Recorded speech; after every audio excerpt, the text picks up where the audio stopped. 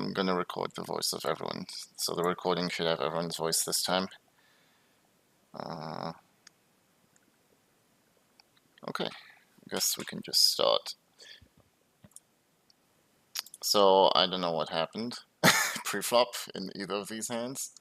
I either limp called the 8s or I opened. So it's one of the two. And well, if I see bet, I'm gonna assume that I opened, and if I didn't see bet, I'm gonna assume I limp called. With ace-8, I think.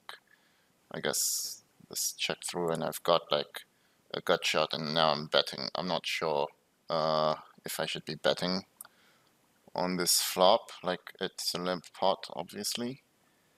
Okay, well, just a second, but Julian is saying that he can't hear anything now. I think is he in the conversation? Yeah. In general? Yeah. He Yeah. doesn't hear anyone speaking anymore. It's got to be his settings. Maybe he should go to like voice and make sure that these are set up properly in Discord. I did. Do you hear me now? Yeah. Meeting. So once I joined the meeting, I couldn't hear you guys anymore. It switched to team viewer, voice chat, or whatever that is. I don't know how. Okay, so it's something to do with your computers or your computer settings. So maybe check your Discord. Make sure that like your voice input and output settings are correct while you are in TeamViewer. It's because TeamViewer, actually. It fucks up the audio.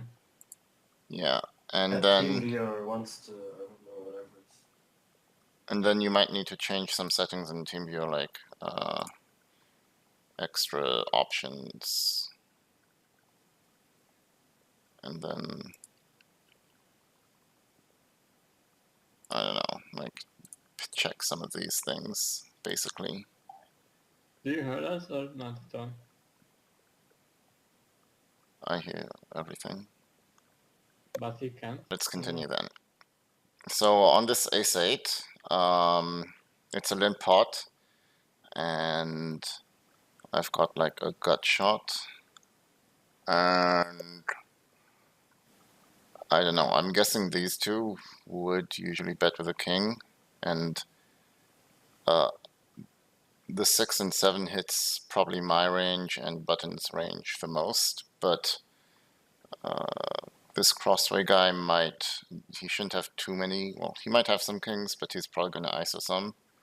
So I think it's fine to maybe take a stab here, and if I end up heads up against crossway, maybe I can be barreling. What do you guys think about that? I think against 3 people it might be a little bit optimistic. Yes, people won't be folding gut shots. I would rather check call, I think. But leading, I can see why leading is on. You thought of that? Yeah, I'd like definitely checking is totally fine too. Maybe I'm like on the aggressive side. Well, the good thing is you can win position is crossway folds. That makes it a lot easier to play. Yeah. So I guess it's... And actually it's really cool because like crossway is the one I expect to hit the board the most, let's say.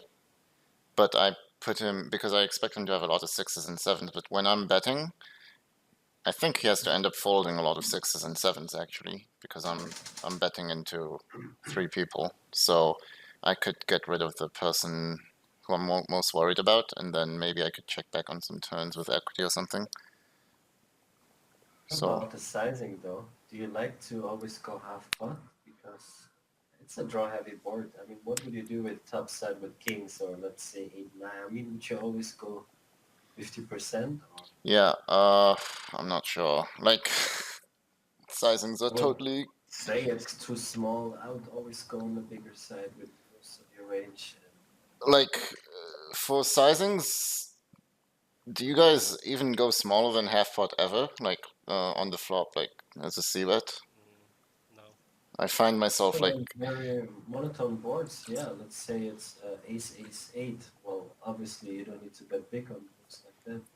yeah, because you know, like in No Limit Hold'em, like there's tons of like block betting on the flop, just like 25% or whatever sizings, and then I find it in this game it's just not happening very much at all. It's like I find like Right. half pot is almost my smallest size.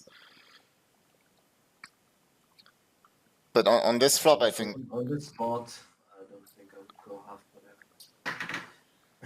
pot So what I usually do is I'm splitting my range. I'm splitting my sizings between half pot and full pot. But I've started to change to like just six into eight, like 3/4, instead of splitting and just using one sizing. But I guess it's also board dependent.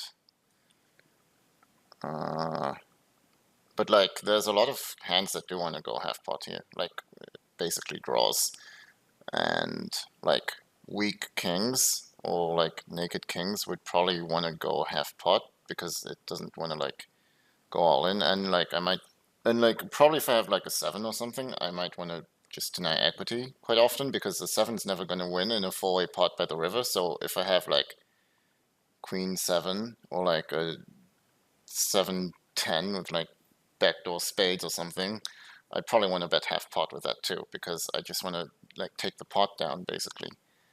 So I think I do want I to. just don't see people folding on king 6-7. You're not blocking any pair. You're not blocking any heart. Like, I just don't know that people ever fold. I mean, they could even peel probably something like 9-10. I don't think they should fold 9-10 against the c-bet or half. Yeah, exactly. They probably Even gut shots are like powerful, sort of. they probably should be calling those hands, but I don't know if they will be because I'm betting into 3 other people. So I think this is a spot where people would be overfolding their 7s and 6s, and they'd only call or continue with kings and draws. And I kind of block a lot of draws with like ace-8, which is really good. And also, actually, it's actually good to be betting with this draw because this draw beats other draws right now. Like if like the money goes in right now, which it won't, but you know, I'm ahead of 8-9 and stuff.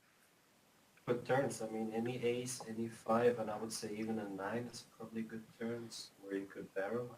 Barrel ace, 5, 8, 9. I don't know. Well, let's continue. Let's. Or you wanna? Okay. Just gonna take the pot down here, I guess. I raise this.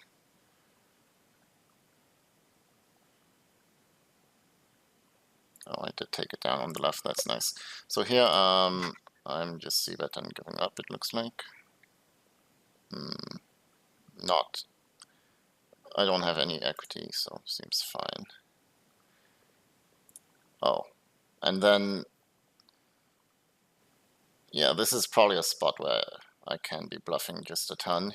Unless he's a very good player, I'd expect most people to be overfolding and just call with like, I don't even know if they'll call 2 pairs, which they probably should be. I'm imagining at least. That'd be a spot. I don't know if I like the c-bet there on the flop. 2 spades. It really hits. I mean, all of this range. Right? So many hands and. I mean, like aces, ace 9, ace 7, ace 8. That's about it. so you'd rather just check fold here? Yeah, I think so. I mean, pretty much any hand combo hits something on this board. I mean, it's definitely not in the heads up. It's not going to fold any gut shots. Ace 10, ace jack. Would be folding probably ace 9, ace 7, ace 8, which you block.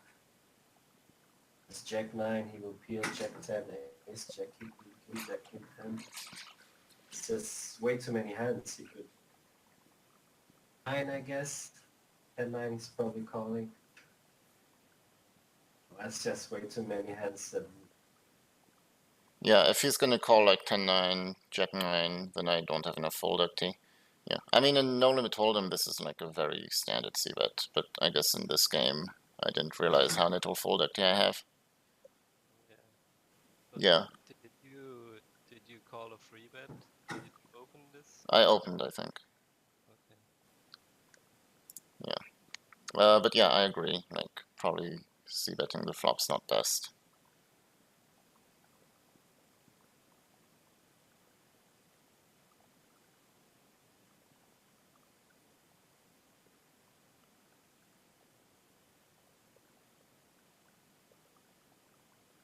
Just point out if you see something interesting you'd like to talk about.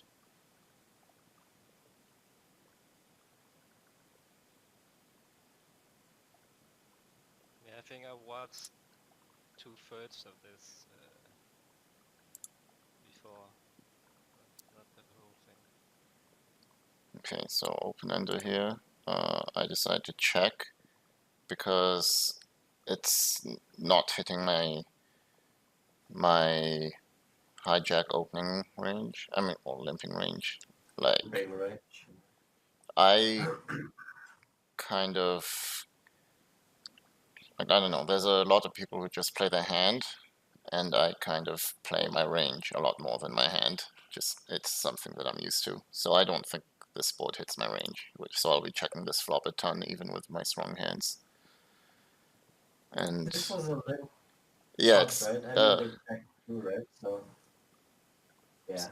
So I mean, you're limping strong hands too. So I'm not sure you could say it doesn't hit the limping range because you should be limping aces and kings too, jacks, right? And those kind of hands. well, as yeah, exactly. But aces and kings are like not happy on this flop necessarily because Be they, limping sixes and sevens as well. I don't know if you're probably not folding them. yeah. But the thing is, they have all the sixes, sevens. They probably have a lot of jacks, which they're not always ISOing. They probably have all the 8-9 combos, all the draws. So this strikes me as a board which definitely hits their range is much harder than mine overall. Like, I've got a lot more high cards in general, like king, queen, ace, x, stuff like that.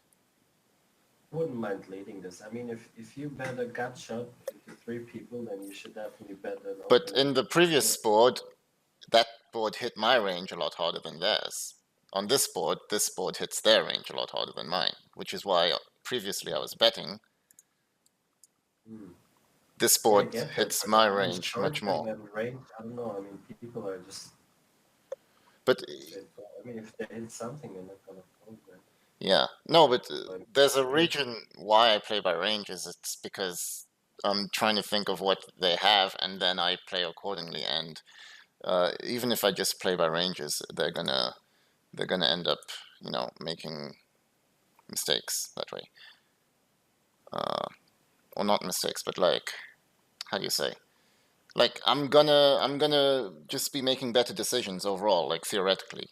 So even though there's no like GTO out there or anything, like I'm already thinking in that way. It's just how I've always thought about poker. I think that's kind of important. But yeah, over here, I don't think we should really have much of a c-betting range, given we're the first people to limp in. wouldn't mind raising that. I don't know, maybe it's a bit too aggressive, but I think you take down the pot a lot. And let's say you make it 24, and you could like Yeah, that's definitely a check good off. point. I think check raising I could mean, be. open will just hit so many times. It's so strong in short deck. Yeah. We definitely have a strong enough hand to be raising, like check raising. Um, so yeah, I agree. I'm just not sure whether raising or calling is better, and that's like it would be nice if someone had a good answer to why, and not just say, oh, I want to do this, but not give an explanation. Like whenever I want to know what's the best answer, I need to figure out why is raising or calling better, and um, so in this situation, I didn't really know what to do, but I decided to call because, again, I think my range is weak. And so when my range is weaker here, I think I should have more of a calling frequency than a raising frequency, firstly. And secondly, because I'm assuming this board hits their range more, it means I'm putting a lot more strong combos in their range. I'm putting more combos such as, like two pairs, sets, and even if I'm up against something like 10-9. I'm not actually doing well against 10-9 right now, am I? We can check that out actually. How would you play 7, 6s or jacks, aces on this board? Oh, Would you alright. check fold as well or check raise? With 10-9, I would. What is going on here? No. With set or 2 pair. I mean, you don't have 2 pair, but with set or over pair. I think with like a set, I can go and I can raise. God, my license already expired. Is that a joke? I just got it.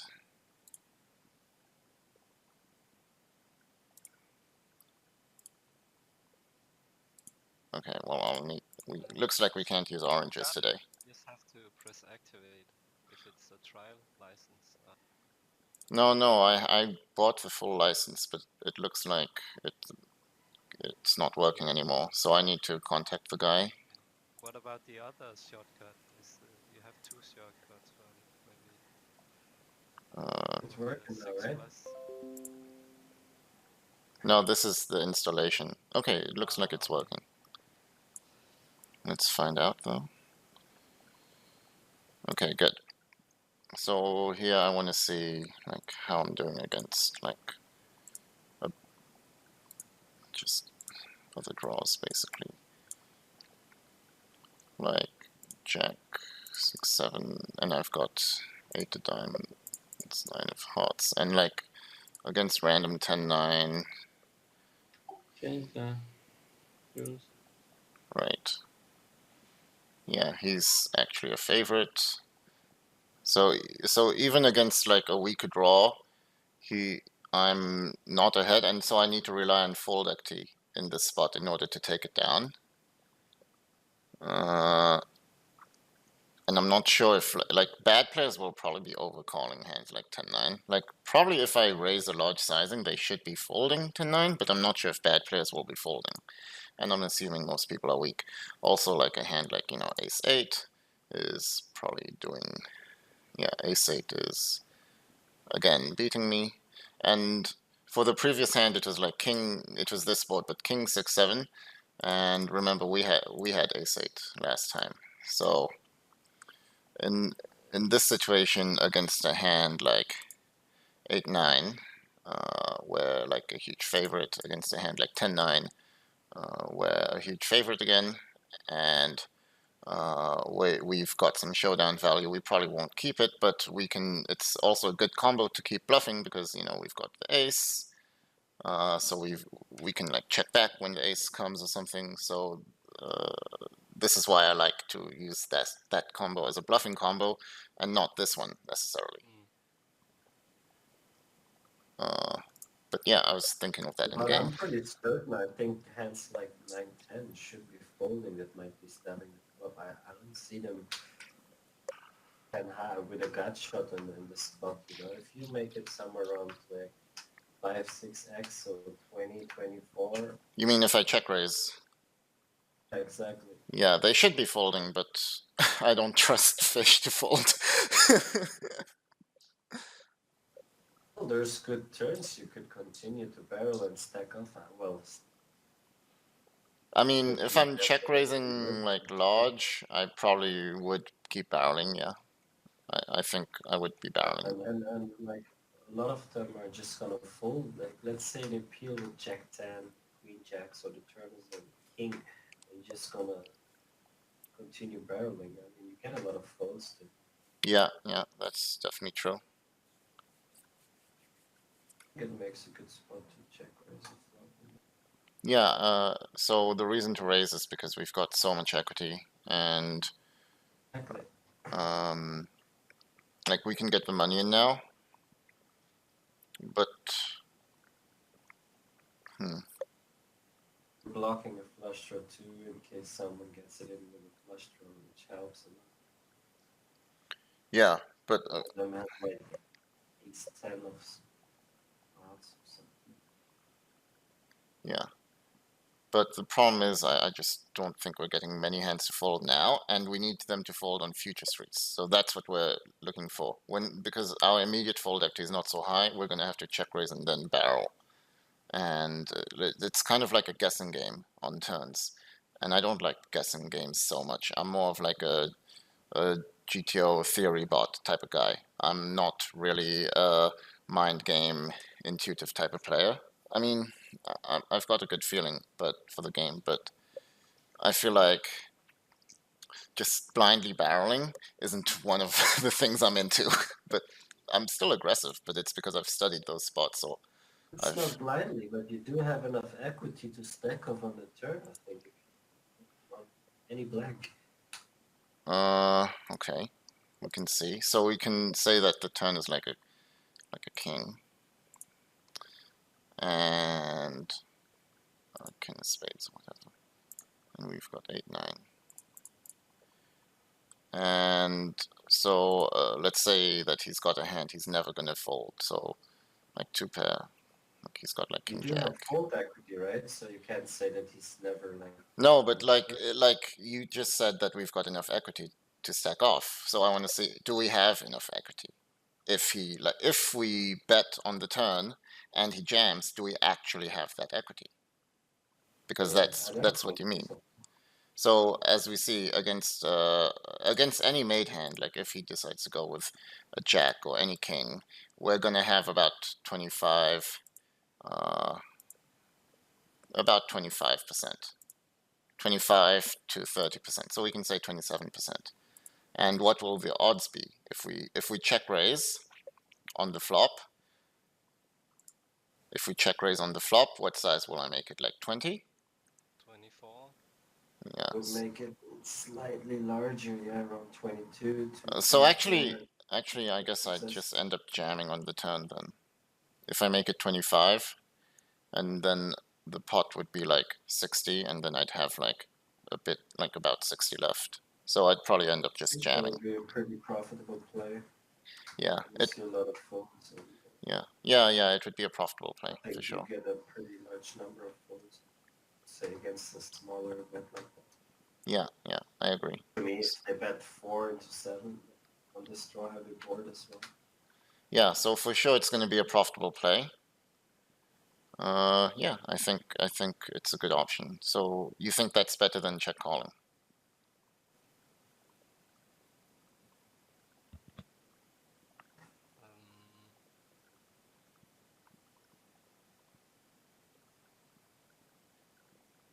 Well, it's kind of impossible to answer right now. But when you call, you're out of position, and I just think you're gonna have a bit of hard time to play the hand if you hit the turn, getting value from. I mean, it's not really hard to play because you can just check call again on most turns. I just mean when you hit your hand. So you mean it's hard to get value? Check raise or lead. Yeah. Pretty much. And it's also giving us a great combo to be bluffing on rivers. Like if we check call this hand, and then the turn goes check, we have an amazing opportunity to be bluffing on the river, which we should almost always take in general, because we're not like if we check call and then we never bluff on the river, then that just sounds like a terrible strategy, and we need some 9 highs to be bluffing on the river sometimes.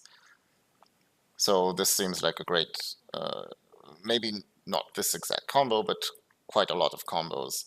Like some missed draws seem like great combos to be check calling in order to bluff rivers. I agree with you. There's a lot of ways to win. Up against two opponents, and in short deck, someone always has at least one pair, if not better. It's hard, Yeah, which is why if we raise here, we're probably not getting many folds. I think you are getting a lot of folds. If it's I do think so as well. Decent, or not just a total maniac.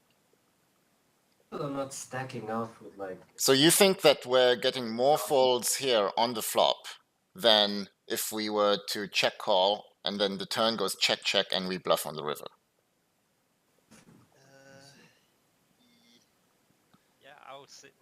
bluffing the river against two people. I Usually definitely like highly disagree with that. Like I think that's like I like hugely disagree actually. Because if we check call here and the turn goes check check, what is their range? Their range is gonna be like some jacks, it's gonna be some sevens and sixes, it's gonna be they're not gonna be checking back two pairs, and a lot of people are value betting too thinly too on the turn. They might keep barreling like jack 10 for some reason because they think it's like a strong But if hand. They it's don't, if they're up against two opponents, they might want to pot control. So they check back, check 10, queen jack. You know, they're not gonna. and they should be. They should be checking back, but many weak players are scared of like a draw completing on the river, so they're going to keep barreling.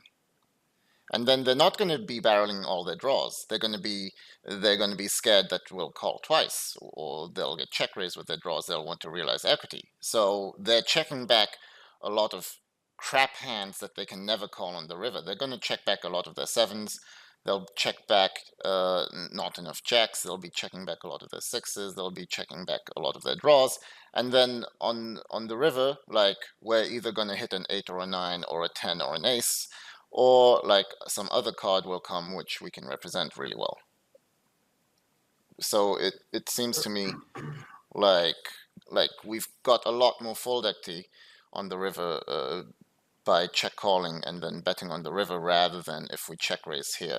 Because if we check raise here, like this guy clearly has like at least a pair, and this guy is betting into two people. Like he could have a draw which he's not folding, or he could have like top pair or like a set or two pairs or something, and so like he could also have like air.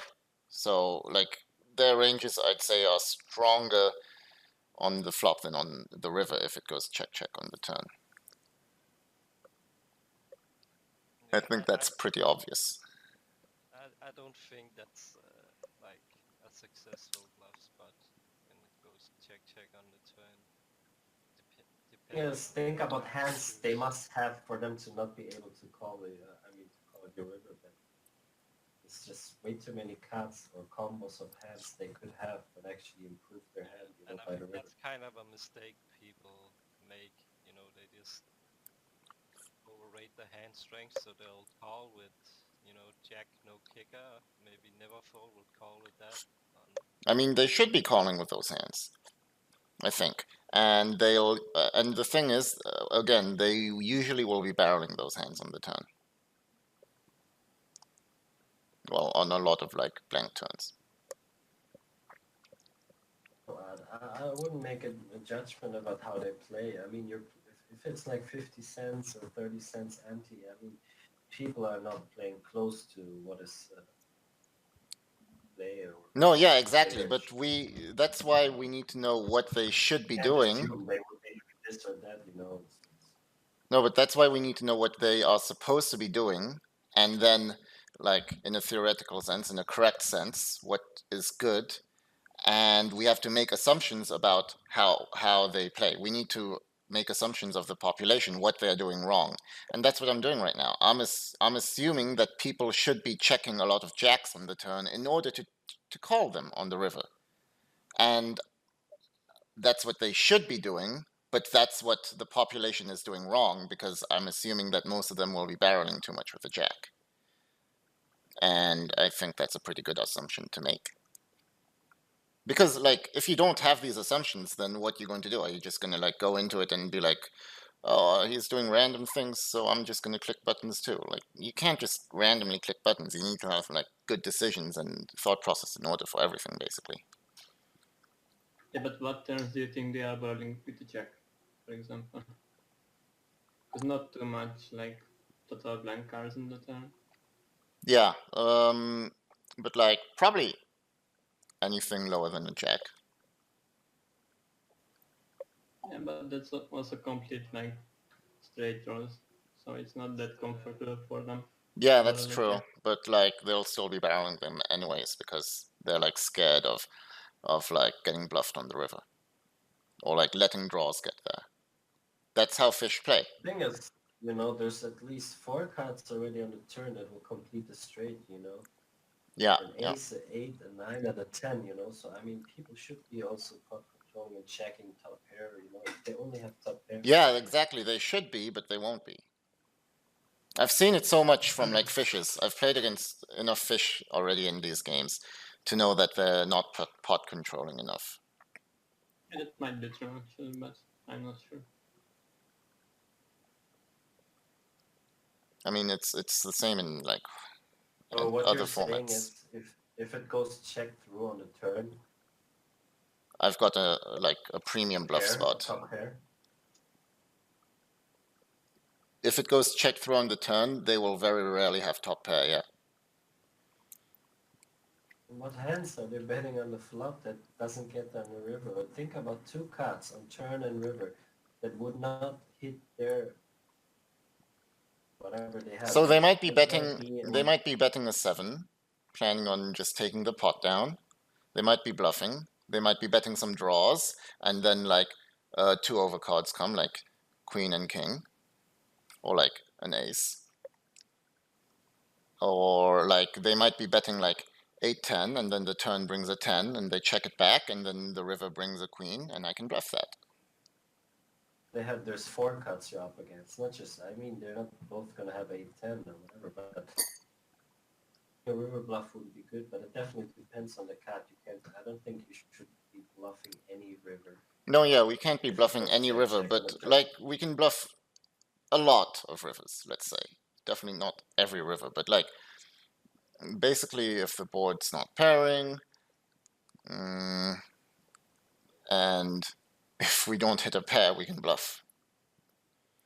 Like if the board comes like, yeah, queen, king, queen, ace. Like if I hit a pair or if I hit a straight, obviously, then I'm not going to be bluffing. I'll be value betting with my straights and I'll be checking with my pairs. But I don't think otherwise, an 8 or 9 ever has a lot of showdown value against 2, but yeah, I guess a little. but yeah, it's still too high in our range to be bluffing. Like we don't want to turn like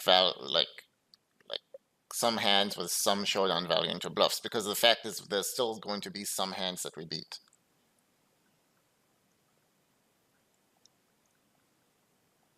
We can still be beating some 7s or 6s if they bet that on the flop.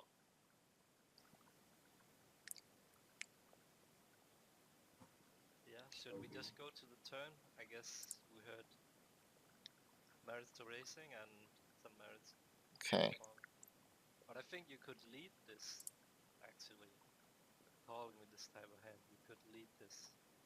Yeah, we could definitely lead, but I think that would be, yeah, the best play when you call here. this is the type of hand that is an easy check call on the turn and a really hard bet call. Like, I hate to get raised if I lead. Well, if you get raised, then yeah, I don't think people will bluff raise you, so I don't know. I just thought when I saw the replay, I was thinking that this would be a spot to lead and just sort of pretend you have 9-10.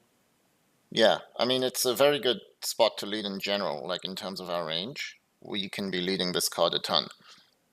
And I think it's good to be leading, with 9-10 or with like a 2-pair for value in order to. And 2 pairs will probably end up checking on most rivers. And 2 pairs will probably be fine to fold as well because they don't have much redraws. And then we might be able to have some bluffs as well as a lead. I don't know, maybe some flush draws, or maybe like 6-9 or 7-9 is much better than 8-9, because 8-9 actually has a decent amount of showdown value here, and it's very easy to check call. Yeah, I see. So 8-9 seems like one of the combos we want to put into our checking range rather than leading range.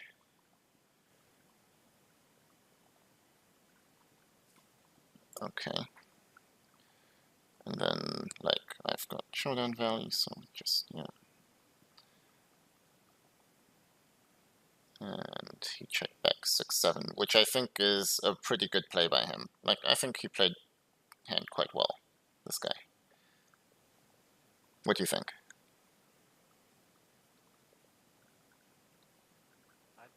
Well, I was in his spot out just because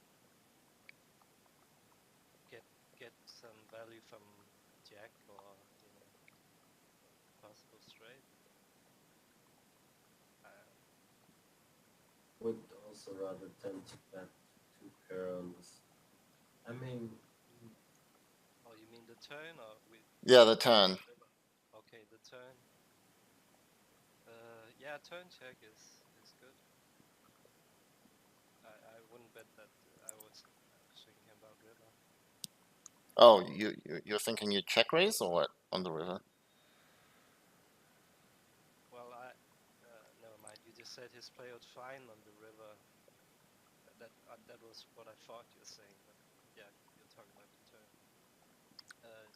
I meant in general the way he played everywhere. I think it was good. I think he's missing some value by trying to check raise this because if that's his plan. You mean on the turn or the river? Oh, the river. I think he should. He bet the river. Oh yeah. Sorry. Yeah. Yeah. He played it. Fine. Yeah, Mr. Vikrol, what do you think? I have no idea, man. I think I would bet the turn, but I'm still a fish.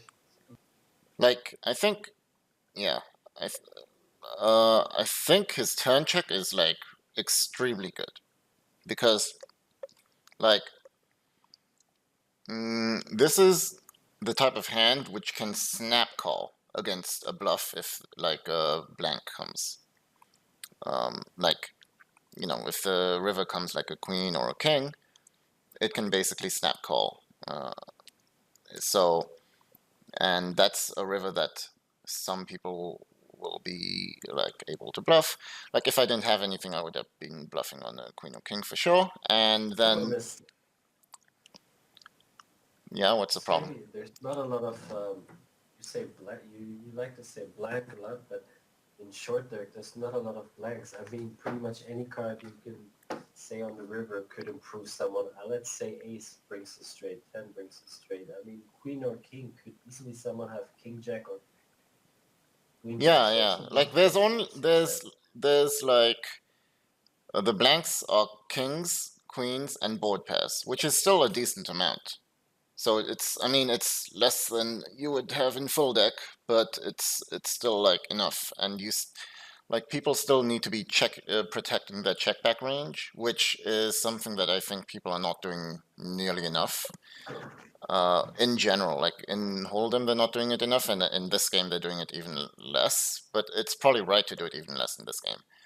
But the thing is, also, if he's barreling on the turn, he doesn't actually get much value because he's going to be folding out a lot of worse hands that he wants to keep in, like, I don't know, like naked one pairs, and only hands that have equity that should be calling against his barrel will call anyways. Like my hand, even if he's barreling on the turn, my hand's supposed to be calling anyways, so I'm not making any mistakes. So he's not going to be forcing anyone to make any mistakes by betting, whereas by checking, he's going to be able to like put some strong hands in his check backing range in order to bluff catch on rivers. And also, like when he's betting on the turn, like, yeah, I think he can fold out basically tons of like jacks as well, which he doesn't really want. And then he can bet check bet on the river for value, and then jacks are going to be feeling very compelled to end up calling, which is also really good. Does get value from worse hands, quite a few, I would say. I mean, Jack 9, Jack 10. Yeah, but those are hands. Getting value by those are hands that have to call anyways. And like a hand like Jack 9 is like, I think it's flipping. If we look, so here's 6-7 and a hand like Jack 9.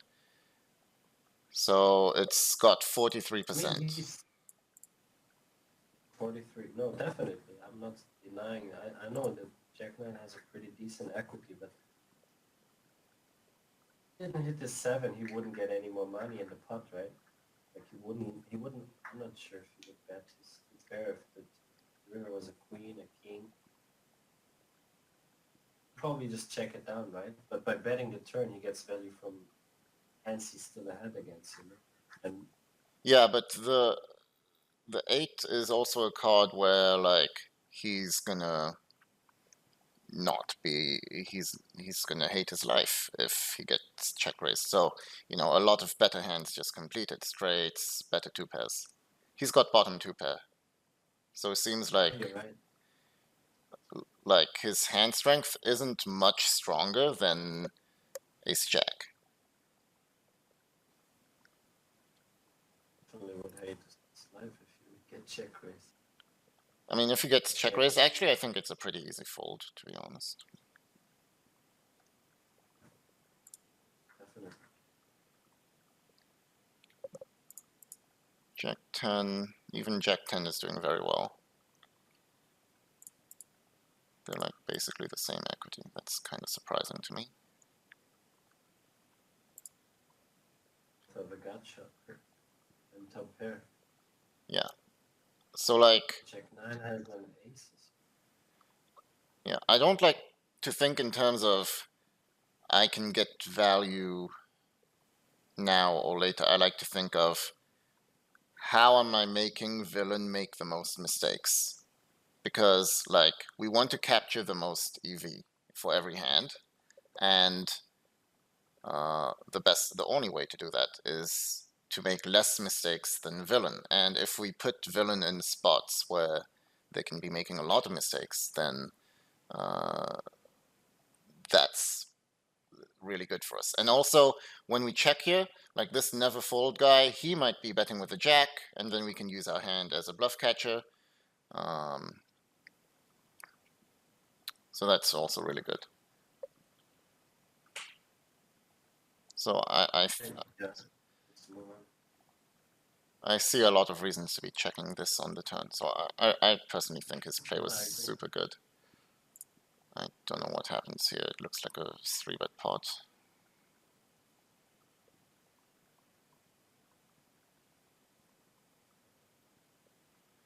Okay, this crossway guy is like min raising, so I'm folding 0%. Oh, maybe I fold. Oh, that's not good. I should be calling against 3 antes. Yeah. I guess I'm not concentrating on this table because I'm too focused on the reg battle, maybe.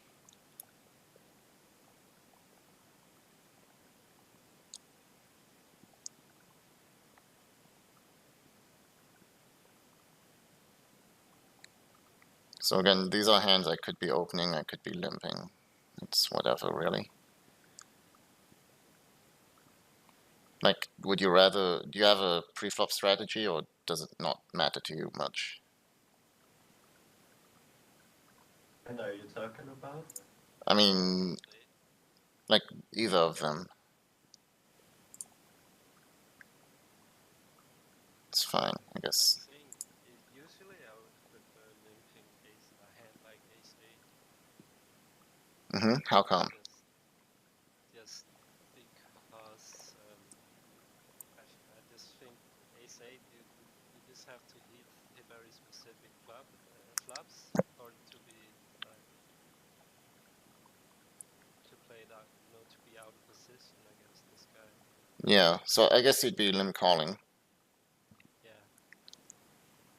Yeah, like If I had a hand like, let's say it's king queen offsuit, I would prefer to open that rather than. Yeah, I mean, I like raising king queen offsuit too. Yeah, ace 8 suited does make some sense to be limping. Much prefer raising if, well, it depends if the guy's on, but if he's like more on the weaker side, would definitely go for a raise. It's like a tougher lineup, more aggressive. Would you rather limp or raise ace 8 offsuit? Which one would you rather limp, and which one would you rather raise? Ace 8 offsuit or ace 8 suited?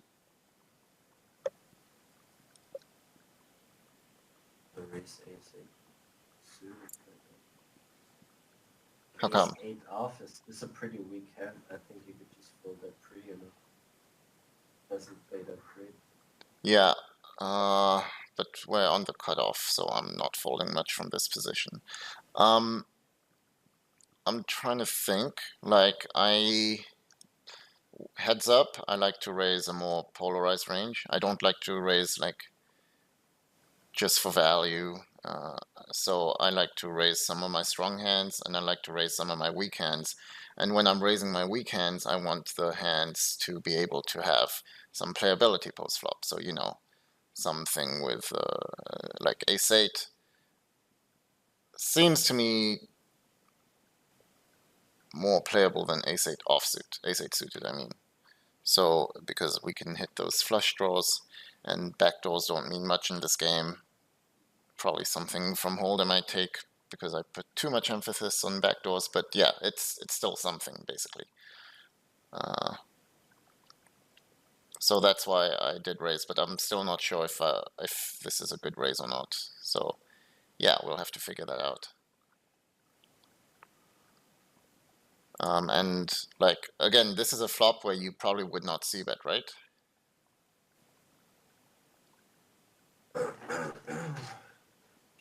Six. Well, that was pretty much the same boss Yeah, that we yeah. had on the other. So I think I agree with you with the pocket eights. That was a bad c bet, but over here it makes a lot more sense to be c betting because we've have Backdoor flush draw, some backdoor straight draws. yeah, and we've got an overcard, so the ace could count as an out as well. So I think this hand makes more sense to be c betting. I prefer this one as well. Should I sell this? I mean, I'm deciding between jamming and like ISOing non-all-in. What do you think? We're like 75 antes deep. Like 50 antes deep, I think it's clear ISO all-in. Or maybe not. I'm not sure. God, we're taking so long and we've gone... It's a little deep just to be jamming these kind of hands. I think we have enough behind to play with just racing. Yeah, I agree. Yeah, I think... I don't think see how we win much by jamming, you know. Yeah, like if it was like a squeeze and there was a lot more players and we had more dead money, then it would be fine. But this is too deep and we're heads up, so and there's not much dead money, so it doesn't make sense. So yeah, I think this is pretty bad. Actually, I think it's really bad. So this is like a huge mistake I'm making. So good that we point that out.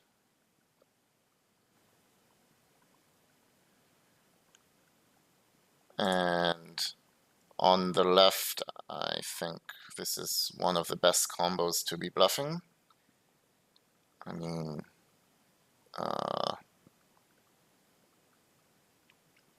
we're blocking two pairs, which is always good, because that might be in his calling range, and like, we don't really have much showdown value when the hand is played this way, so yeah.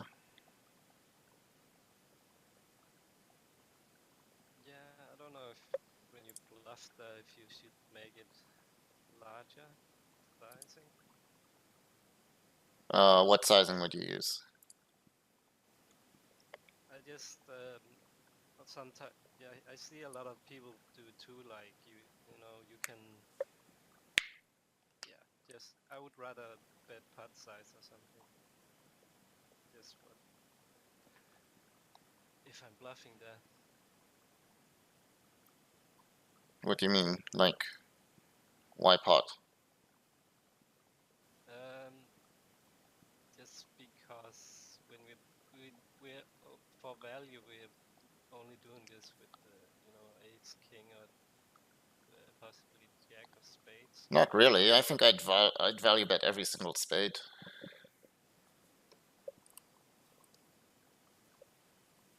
I mean, flush is already strong, right? Like, 7 of spades is good enough. Maybe I'm going too thin because of my heads up background, but But you're out of position, so I think 7 and 9 of spades.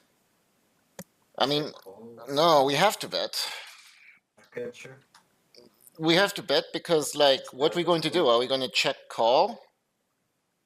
Well, check calling doesn't seem so appealing because when they bet, they have the option of checking back, and like people aren't bluffing enough in general. Like people will probably be checking an 8 here. Like if this crossway guy has an 8 on the river, I'd expect him to just check it back more often than not. Or like a 10 is going to check back. They're not going to be turning queens into a bluff. And probably GTO would. There's no solvers out, but I'm going to assume that GTO for this game would be bluffing some pairs, would be turning some pairs into a bluff. Yeah. And like, no, but we're talking about a spade, right? If you have a spade on the river. yes. Like a low spade, 7 or 9. No, exactly, but that's my point. Like, they should be bluffing more than they are. They should be turning some pairs into a bluff, but they are not doing so. And so it means that we should be overfolding our flushes. Like if I have a 7 of spades or a 9 of spades, we need to decide between value betting and check king, and then check deciding. Because like the thing is, when we check, we have to decide, is he bluffing enough for us to want to call? And if I have the 7 of spades, which is the worst spade, I don't think he's going to be bluffing enough for me to want to call, because I don't think he's going to turn a queen into a bluff. I don't think he's turning a 10 into a bluff. I don't even think he's turning an 8 into a bluff. Maybe he's turning an 8 into a bluff. And if he's not turning those hands into a bluff, then I should just be folding my 7 of spades, actually. And then if I'm gonna be folding my 7 of spades, then I don't want to check it because I'm not getting any value out of it, and it has some value because if I bet, he can still sometimes call a straight, he can sometimes still hero call some 2 pairs, he might even just like end up calling 1 pair for some reason because he thinks I'm full of shit. So I think if I had a 7 of spades, I want to be block betting on the river, or like maybe half pot or something. I think that really makes the most sense with my 7 of spades. So I don't think you should always bet on values. 2/3 is a good size. And then like yeah, GTO would have a ton of sizes here. It would like have small sizes, medium sizes, large sizings, but obviously pot or larger would be for the ace of spades or king of spades, and maybe some bluffs. But exploitatively, we should not be bluffing large here because they aren't going, like fishes don't fold flushes almost ever. Just from experience, fish don't fold flushes. So if they have a flush, they're going to call any sizing. So this would probably be as large as I go, and I want to use the size to make him fold more of his like pair type of hands, because I don't think a flush is folding anyways. Yeah, that's right. Okay, well, guess not much else to discuss.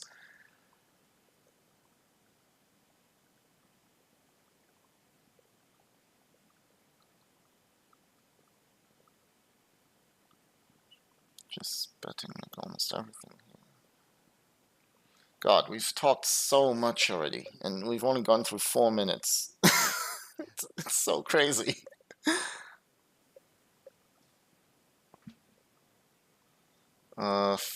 50 antes deep. I think this is standard. Yeah, that's the first. Okay, this is interesting. Okay, well, he's just donking. Well, yeah, I just call. I can't fold.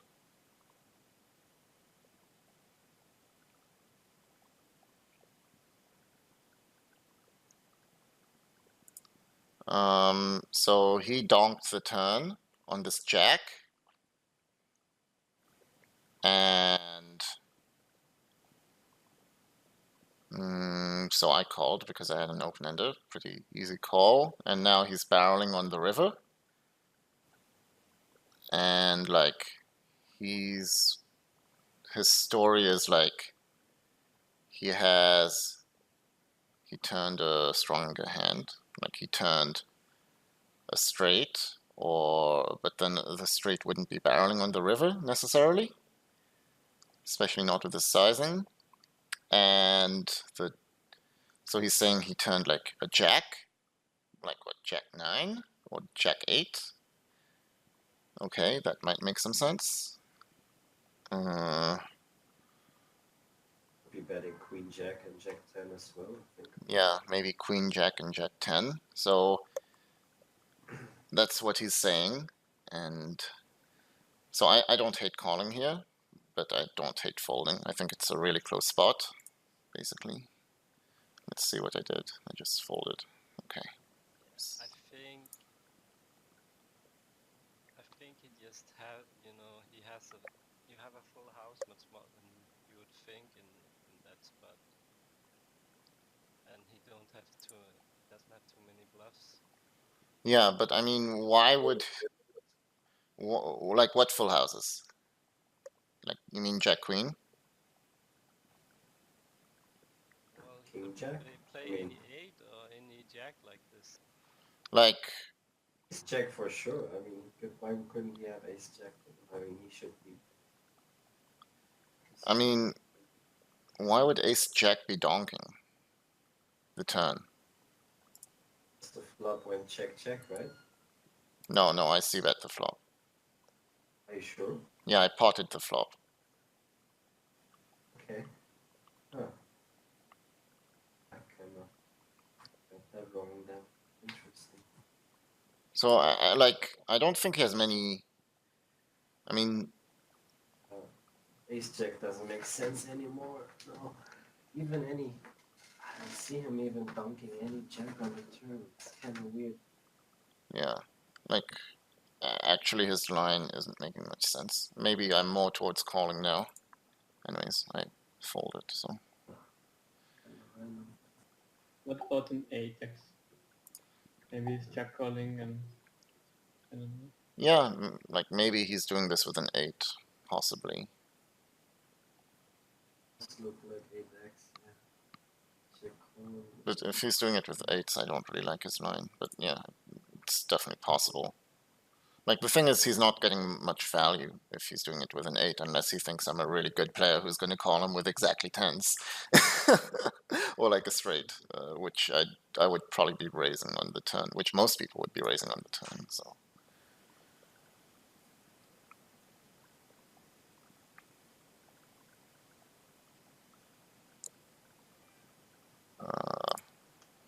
What do I do here? I decide to check. I think my fold actually is low.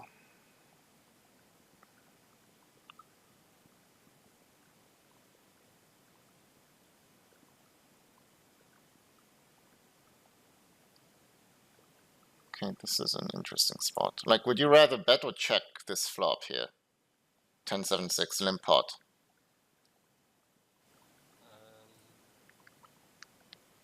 I would choose the bet. Yeah. Okay. Why? Well, just the way that short deck flops. Like if you wanna represent or bluff, the straight, and that you get a lot of spots like that. So I would rather just bet the flop and just fire a lot of turns.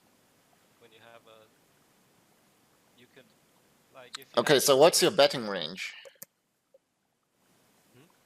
So what would be your like betting range on this flop? So it's 10-7-6, right? 10-7-6 rainbow. So you can just tell me what your range for betting is here. Or you can like click with the arrow. I mean, these are ISOing, right? So you don't have these. Yeah, okay. Like probably where we can say broadways plus win, or like I don't know, at least king queen and like ace jack plus we don't have or something, and like jacks. I don't know. So we don't have like these. So I would go pretty light on this flop. Like, or 8x's, 9x's probably. So you'd bet all of these. Yeah, I think so. I would play pretty aggressively. I mean, we And have the. I think most players like see betting this flop if they have something, right? well, We always get I think he should be like like a good player should be checking on this flop a ton when they limp, and they yeah, because It's like typical. I mean he's a one anti-regular on party poker, so I don't think he's too bad. Yeah, then I would get some bluffs probably. Like if it was a fish, I'd bet here always with my hand, but this is a reg. But the thing is, again, this hits our check back range a ton because like I'm checking back most of these weak combos and I'm ISOing most of these strong combos. So this board hits my range a ton, so any good reg would be checking a ton to me. Going for a mix of check call, check fold, and check raise. Anyways, I like a bet on this board as well. all right. So what? Just tell me what your range for betting is. I would normally go with hands to mark. Excuse me. Like, are you betting every 10, or are you checking some 10s back? I would bet any 10. I mean, Okay. I mean, Yeah, we'll just. yeah, probably. All right. Like we can say jacks is the bottom of our ISOing range. Would you bet jacks? I guess so. Of our check back range. All right. Are you betting like every 9x and 8x? Every gut shot? Yeah, I would like over bluff here a lot, probably. I don't expect most players to be too balanced here. Okay. And the other guys also? Would check back definitely some 6s and 7s. But yeah, so all the hands you mark, that's betting range, right? Yeah. Like these hands we're ISOing, so we're not gonna include them because we're ISOing most of them. Maybe like queen jack we check back sometimes, but yeah. All right, 9s and 8s. Do you guys bet them? But yeah, Yeah. I think they may. Okay, and then are you checking back, like, of the 7s, are you checking all of them, betting all of them, like mixing? Like, if you mix, how?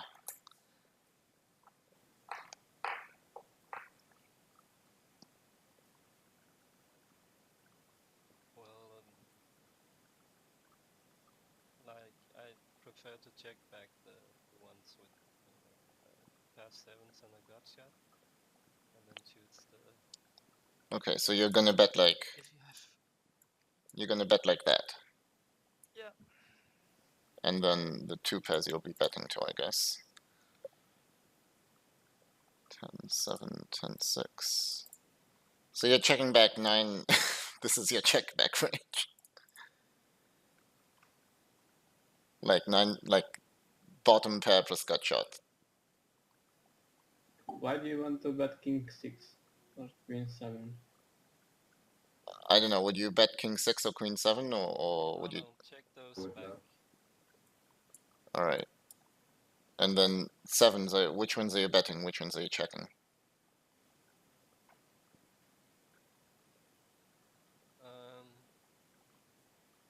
That's a good question. I think You can I'm check back pretty most expert. 7s as well. Like, just tell me quickly so we don't take too much time. It doesn't matter, guys. Like, Okay. Well, 10-7. We obviously betting jacks. Jack 7. Jack 7. I would. I don't know. You could check a lot of the sevens. We'll check this back there. Queen 7, king Just 7, check ace all the 7, check sevens. back. check all the 7s. Okay. All right, so this is our strategy. This is our final strategy. So in this strategy, with these hands, we ISO pre, which seems reasonable. I mean, maybe we've got queen jack, but who cares? And otherwise, we're betting every single 10. We're betting every pocket pair we got because it's got some equity. What else? We are betting every single gut shot, except if it has a pair. So over here, this seems like a pretty terrible way to construct our range. Don't you think? I mean, it's like kind of like a full exploit strategy, I think. Yeah, and this is a reg. Like, why would we play a full exploit strategy? Even if it's exploitative, like a balanced strategy will do just as well. It's like we're playing in Spin and Goes, and like we're being taught Crush Fest, but like only Victor knows what I'm talking about here. But like, and it works really well, but it's so unbalanced, and it's only going to work for a certain amount of time. Like Crush Fest isn't working anymore now, even against fishes, and like it's you're not learning anything by doing that. You're not getting any better. So I think we need to construct our ranges better, and that way, firstly, regardless of who we play, we're going to be playing a much better strategy overall. And secondly, people won't be able to because of that, people won't be able to exploit us. Like because we're playing a much better strategy that's more balanced overall. It's going to be much harder for anyone to exploit us or find exploits quickly. And the best thing is we're not even losing much EV by doing this. Like we might lose like 0.01 big blinds or antes, whatever.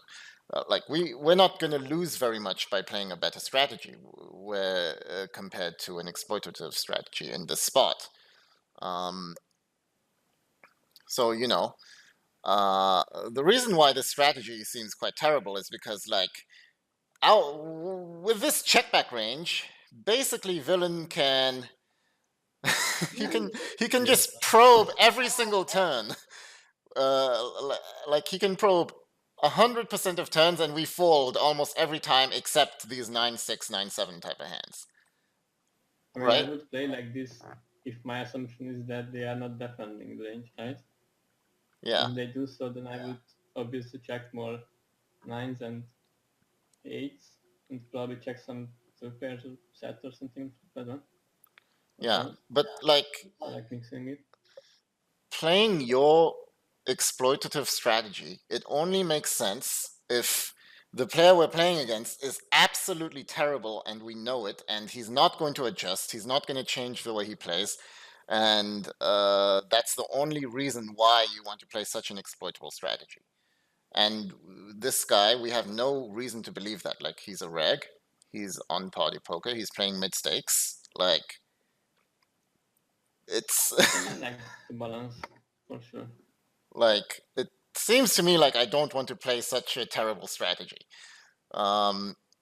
So now we have to talk about, all right, what type of combos do we want to include into our checkback range?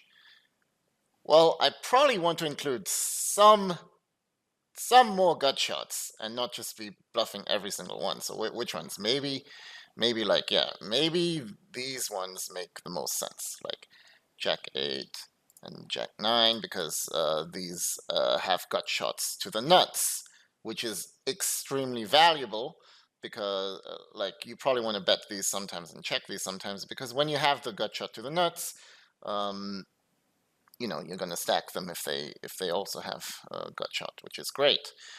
These are the types of hands which also hate to get check raised, because you kind of have to call, but you don't want to. And when you're playing against a reg who is constructing a check raising range, you hate it. And so it makes sense to be checking these back. What other types of hands? Probably our weakest tens. So Jack 10 and Queen 10, I would say I'd be checking them back more often than not. Why? Because, it's just we're going to be able to call more probes, and we actually have some value now. Like, I don't only have some draws, I also have some top pairs now in my checkback range. If Jack or a 10 comes, I'm going to have some 2 pairs now as well, so that really helps me a lot. And Yeah, we should be betting most of our strong hands, obviously, so, you know, sets, but I don't even hate, like, sometimes checking back a hand, like, well, you guys are always betting 10-6, but I don't hate checking, like, 10-6 sometimes, because this is the type of hand I can check back, and then I can call against a probe and barrel a turn if he decides to do that with a bluff, which is really good. I So think 10... maybe 10-9 or 10-8 you can check sometimes. Yeah, that's true, but I'd probably rather bet them because they've got more value and like we're blocking a lot of his check raises, and we also like it's a hand we actually are fine calling a check raise against on the flop at least. Right. And but maybe 8s and 9s I'd rather be checking. So I think this is a much better constructed range, and we're not going to be c-betting like, or like not c-betting, but we're not going to be betting like almost everything except our hands, which were basically always folding on the turn. And yeah, this seems way better to me. What do you guys think? Yeah, against reg, I'd agree. Yeah.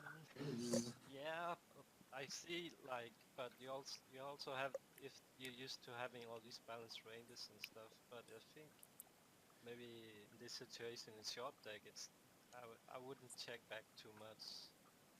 Like heads up. Just if you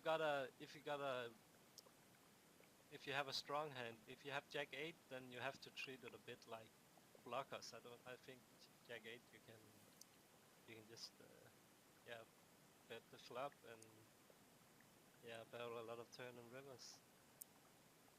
But you can do that with Queen 8 or King 8 or Ace 8.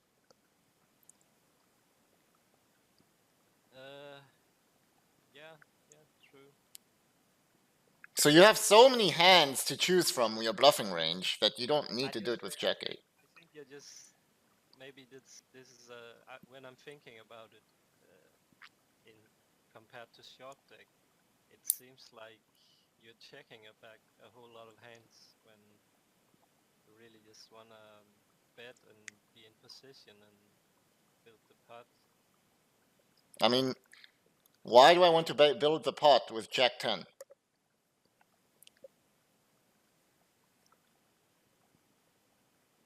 No, not necessarily, but I'm talking about a hand like Jack 8. I'm just thinking from Omaha, it seems like a good hand to just yeah, bet the flop and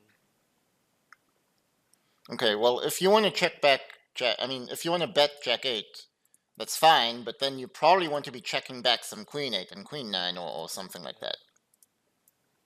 So you'd rather, that's what you're saying, you'd rather bet I'm just Jack... saying in a game like short deck, it makes more sense to barrel a lot more than, especially in position, than all this check.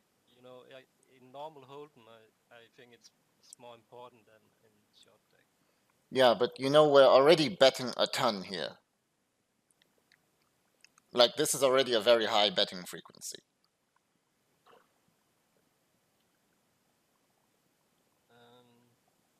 How much is it? 30. No, but that's it's not including. It's 30% minus Okay. minus 20%. So it's already 50% frequency. Wait, it's no, it's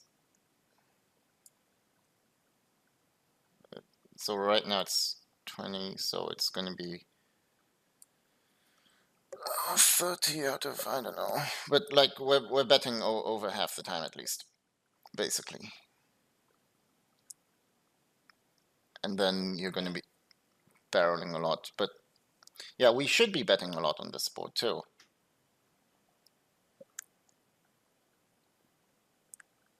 But like it doesn't make sense that we want to be betting every single gut shot, that's for sure. Because that's just extremely unbalanced. And it's not only extremely unbalanced, it's like a really bad game plan in general. It's a bad strategy to have. Definitely not always. Though. I think you should mix it up. Sometimes but he's not gonna bet your be gut shot. check raising this flop as a bluff. Maybe if he's a very, you know, Right, yeah, that's true. He's probably not going to be check raising as a bluff enough. That's true.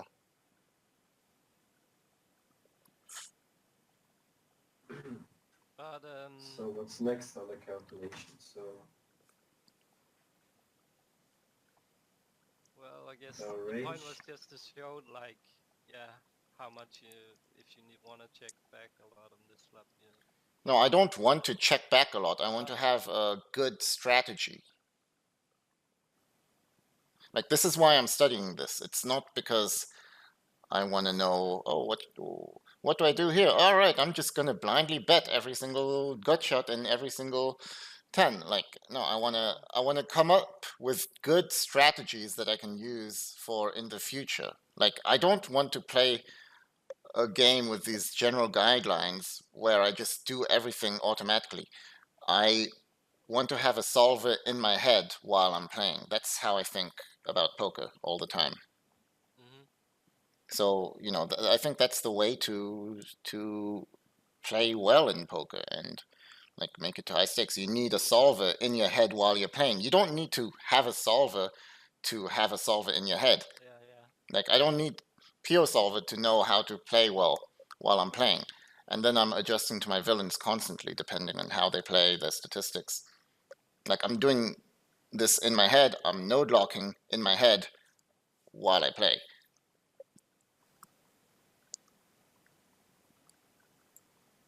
And I think like pretty much everyone at high stakes does that. Or at least they should be.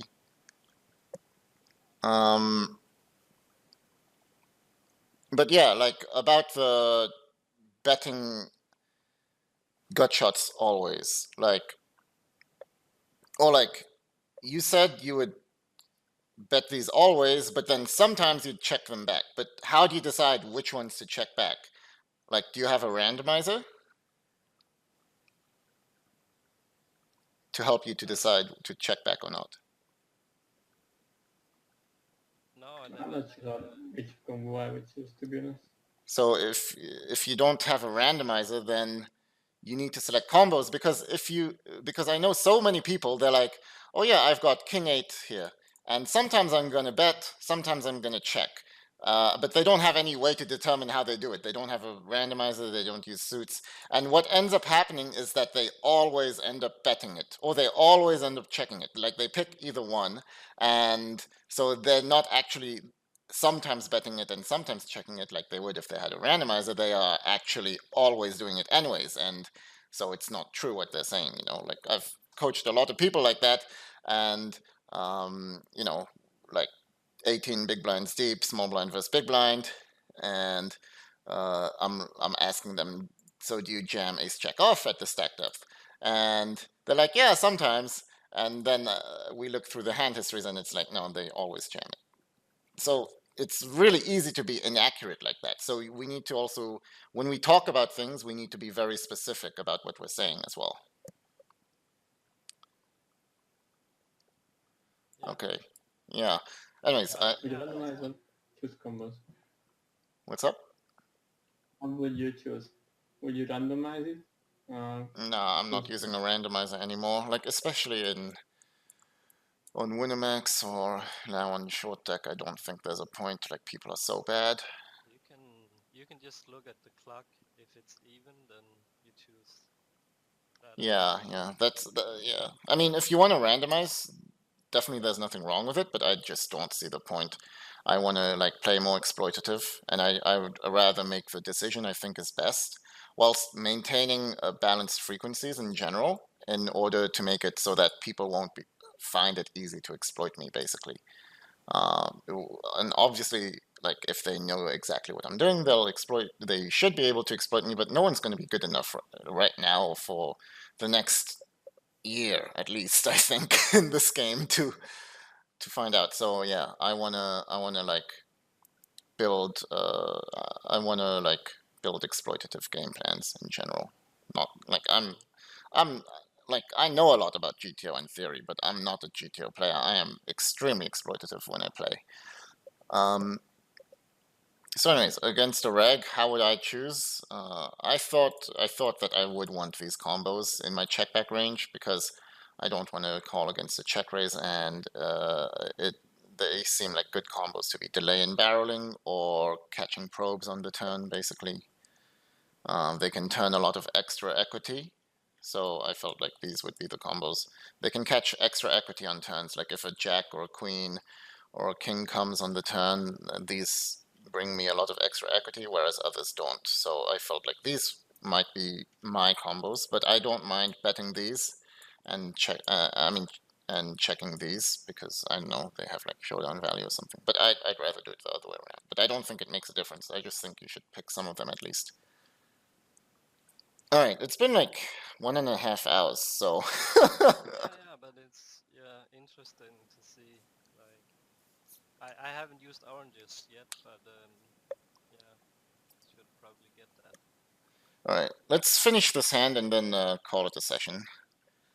So here I hit the turn, and as we see now against the check, I have an easy value bet now. Or I could check again if I want to be honest, but I think betting makes a lot of sense as well. And if he had bet, then I can easily call now. It's very easy for me to call twice, actually. Which is one of the other great reasons to check the flop. I decide to actually pot it. I don't know what sizing I should go, but yeah.